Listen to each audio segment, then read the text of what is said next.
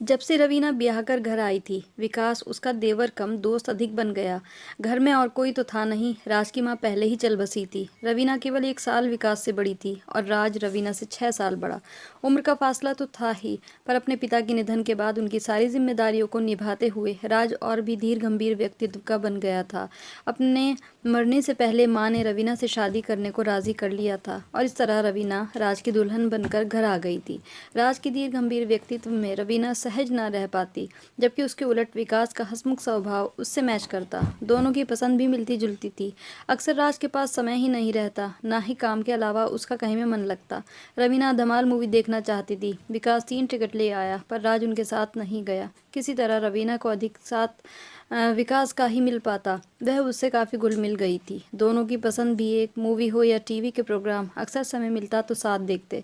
महीने की शॉपिंग भी दोनों साथ साथ कराते। मजाक में कभी कभी रवीना कहती, ज़रा सी चूक कर दी अम्मा जी ने, बड़े से नहीं छोटे से मेरा ब्याह कराना चाहिए था। दोनों ने मिलकर राज को किसी तरह कानपुर शिफ्ट होने के लिए मना तो लिया, पर उसके बाद जो हुआ।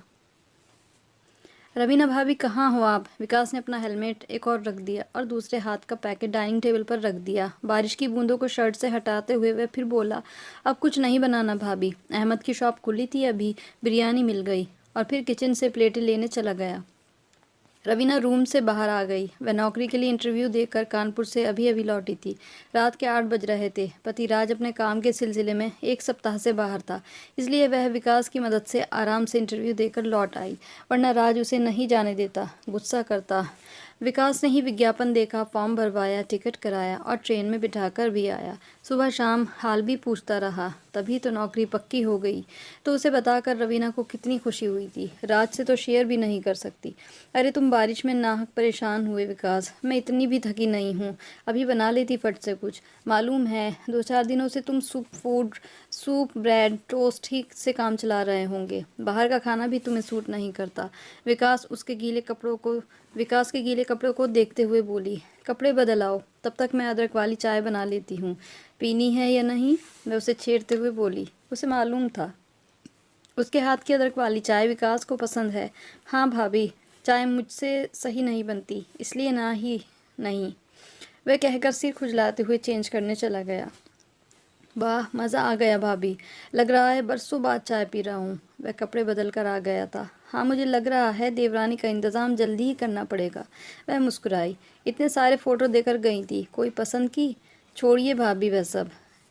अपॉइंटमेंट लेटर कब मिल रहा है ये बताइए? बस अगले हफ्ते। पर पहले ये सोचो कि तुम्हारे भैया को कैसे मनाएंगे। नौकरी तक पहुंचने में तुमने ही सब कुछ किया है, इसमें भी तुम्हारी ही मदद चाहिए। विकास बेटा जी, मुझसे तो वो मानने से रहे, तुम्हें ही कुछ करना होगा, वरना सारी मेहनत बेकार। रवीना हंसते हुए बोली, अरे मैं उन्हें समझा लूँगा भाभी, आप चिंता क्यों करती हैं? फिर इसमें बुराई भी क्या है? हाँ, पता नहीं क्या सोच, क्या ईगो लेकर बैठे हैं। कभी तो मेरी भी पढ़ाई काम आएगी। उन्हें दूसरी नौकरी जब तक मिलेगी या इनका काम जब तक बनेगा, मैं थोड़ा तो सहयोग कर ही सकती हूँ। शुरू में कंपनी 30,000 सैलरी दे रही है, घर आराम से चल जाएगा। अभी हम 3 ही तो हैं, शिफ्ट हो जाएंगे वहीं।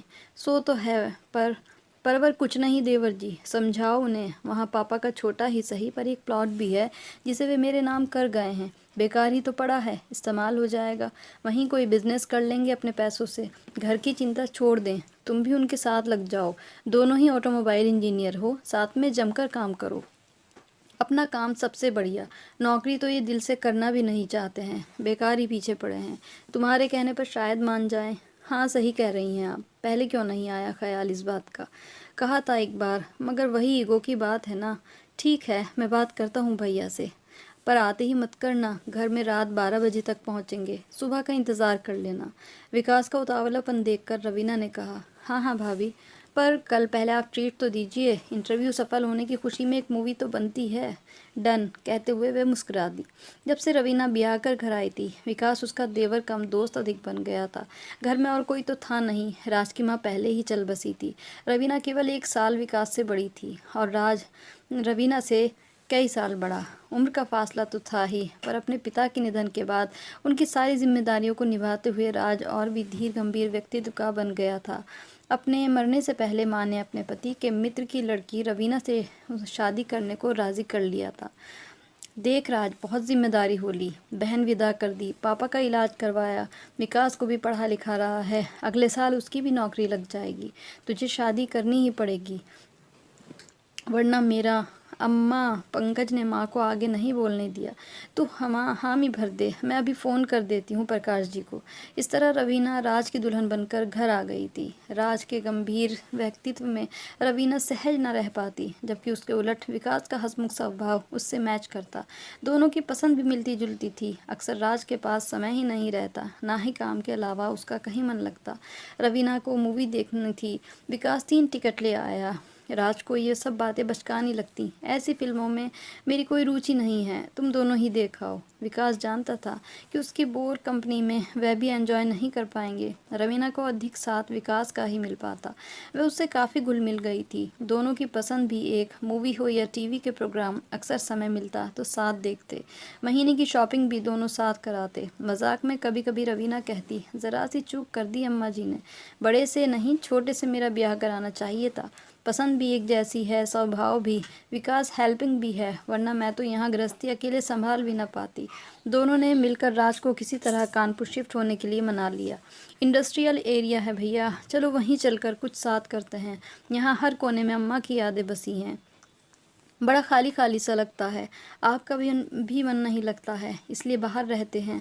चलते हैं भैया, बोला। सभी कानपुर शिफ्ट हो गए थे। रवीना अपनी नौकरी पर जाने लगी। कुछ सालों में भाइयों की मेहनत रंग लाई। वहाँ कार एवरी सॉल्यूशन पॉइंट नाम से वे नामी गैराज के मालिक बन गए। मोटर पार्ट्स की फैक्ट्री लगाई, फिर ग्रीन कैब और कार डेकोर का बिजनेस भी चालू किया। काम तो अच्छा चल पड़ा। भाभी, आप महान हो, आप सही में प्रेरणा हो। बस अब आप काम छोड़ दो, बहुत हुआ। अब तो चाचा कहने वाली गुड़िया ला दो। एक दिन रवीना को सोफे पर बैठाकर विकास बोला, क्यों नहीं विकास, पर पहले मेरी देवरानी का इंतज़ाम तो करो, फिर आराम ही आराम करूँगी। तब चाचा कहने वाली गुड़िया भी आ जाएगी और पापा कहने वाला गुड्डा भी। कह ज़ोर से हंस पड़ी थी। सच, घर इतना बड़ा हो गया, पर रहने वाले वही 3। रहने वालों की संख्या बढ़नी ही चाहिए और उत्सव भी मनने चाहिए। अब शादी के लिए और मना नहीं। रुचि का फ़ोटो बार बार उठाकर देख रहा था। वह पसंद है ना, शर्माने से काम नहीं चलेगा, रवीना ने उसे छेड़ते हुए कहा। रवीना के आने के 5 साल बाद घर में 2 बंदों का इजाफा हुआ। एक रवीना ने बेटी को जन्म दिया और दूसरे विकास से शादी के बाद रुचि का घर में प्रवेश हुआ। शुरू शुरू में सब ठीक था, पर धीरे धीरे रुचि पैसों का हिसाब रखने लगी। रवीना के प्रबंध में कोई ना कोई नुक्स निकालती रहती। रवीना का विकास से पूछ पूछ कर काम करना भी उसे ना भाता, और ना ही वह चाहती थी कि उसका विकास रवीना के कहे पर चले। उसे साथ लेकर घूमना फिरना, मूवी मार्केट जाना, बिस्तर पर बैठकर साथ टीवी देखना, हंसी मजाक करना उसके कलुषित मन को और कसेला बना देता। उसने विकास से कई बार कहने की कोशिश की, पर वह डपट देता कि कूड़ा दिमाग है तुम्हारा, साफ करो। माँ के बाद भाभी मेरी माँ समान है, बड़ी बहन भी हैं और दोस्त भी। विकास के सामने तो वह चुप हो जाती, पर रवीना को रह रहकर ताने देने से बाज ना आती। रवीना का खून खौल उठता, पर कलह बचाने के उद्देश्य से उसने उसे कुछ ना कहना ही उचित समझा।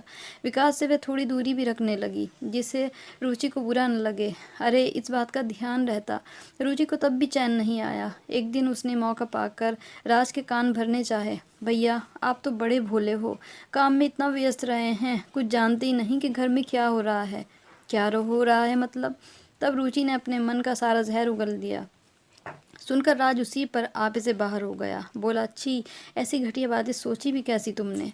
विकास को वह अपना देवर नहीं छोटा भाई मानती है। विकास ने भी उसे बड़ी बहन का दर्जा दिया। मैं अधिक व्यस्त रहता हूँ तो वह उसके साथ मिलकर घर की हर ज़रूरत का ख्याल रखता है, तो इसका यह मतलब है। इसी बीच रवीना वहाँ आ गई। पूछा, क्या हुआ राज? उसको गुस्से में देखकर वह घबरा गई थी। विकास भी वहाँ आ पहुँचा। वह समझ रहा था जो कड़वाहट रुचि ने उसके मन में घोलनी चाहिए थी, वही जहर भैया के सामने उगल दिया होगा। ऐसे शादी नहीं चल सकती, तुम्हें भाभी से माफ़ी मांगनी होगी, फिर तुम चाहे जहाँ जाओ, कह विकास ने वहाँ से खिसक रही रुचि को पकड़ लिया। बीच बचाव करती रवीना पास आ गई। ये क्या तरीका है विकास पत्नी से बात करने का? छोड़ो इसे। विकास ने पकड़ ढीली की तो रुचि एक और हट गई।